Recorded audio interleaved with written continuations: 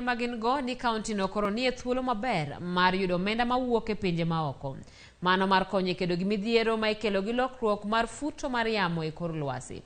Mae biro bang' od bura mar kaunti ma Homa Bay kalo chik matayo weche mag aluora kod lokruok mar chal kor lwasi mong'ere kaka Climate Change Bill 2022. Chik no biro neno ni ochugi komiti mabiro telo ne weche lokruok mar futo mar yamo e kor lwasi e wards 40 manitiere kaunti no. Jolony gi okoni kalo chik no bende dhi konyo e tieko midhiero ma ikelo gi lokruok mar aluora ma osebedo ka chando jopiny e kaunti no.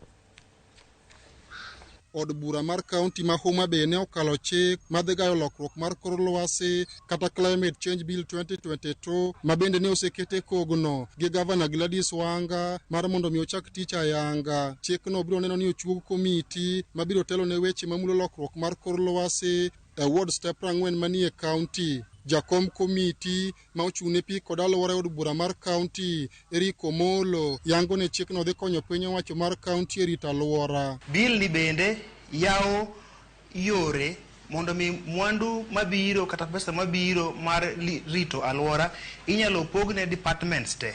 Nikech ing'eyo kata kiloso barabara nyaka ing'ini barabara miloso ni beno dhi ketho aluora wa. Kata yore mag health, mag osuptal, mag thieth. Bende nitiere samoro biro gitimore mag nyalo ketho yore mag aluora. Koro bill ni gimomiyo okele kani mondo mi oyaw thuolo mondo mi pesa mabiro kata minyalo yud manyalo loso arita mar lwasi odhi e departments te mag telo mag county.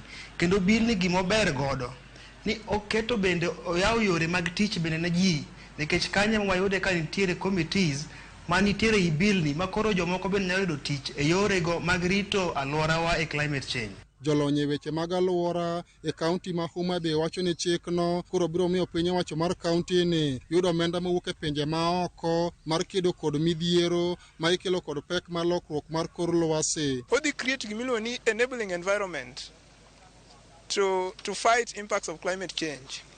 In terms of gimoro amora mwabotimo, chik ni dhi konyo county government source for funds.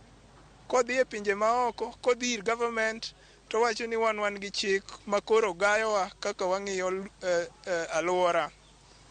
Koro imiyowa pesa, to pesa no komiwa nitie chik manyisowa kaka wadwa tiyo gi pesa ni.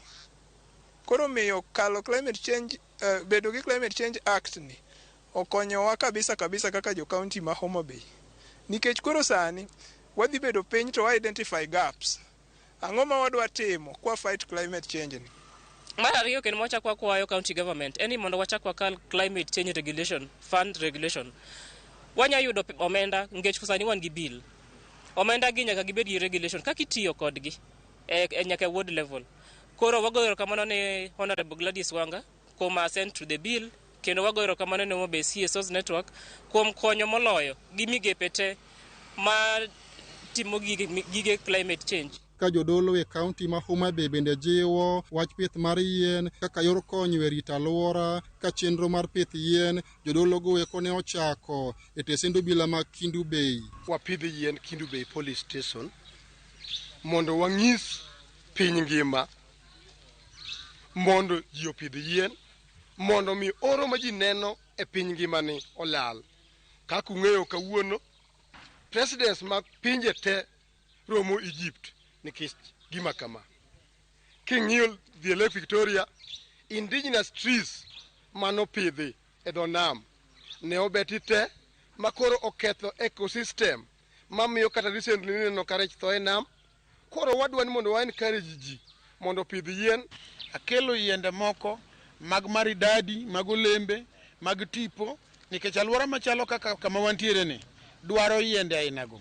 Kendo wabiro mondo mi watim makaka ranyisi ni jolemo kod ute lamo onego tel mbele opara mambele ka ginyiso ranyisi maber especially to moloyo ni ndalo matindi wuoye lokruok mar kor lwasi mondo wapidh yien. Kaunti ma Homa Bay koro bedo kaunti mar 40 kuom counties 40 kod 7 e pachoka ma osekalo chik magayo lokruok mar kor lwasi. Ali Abich, Ramogi TV, Homa Bay.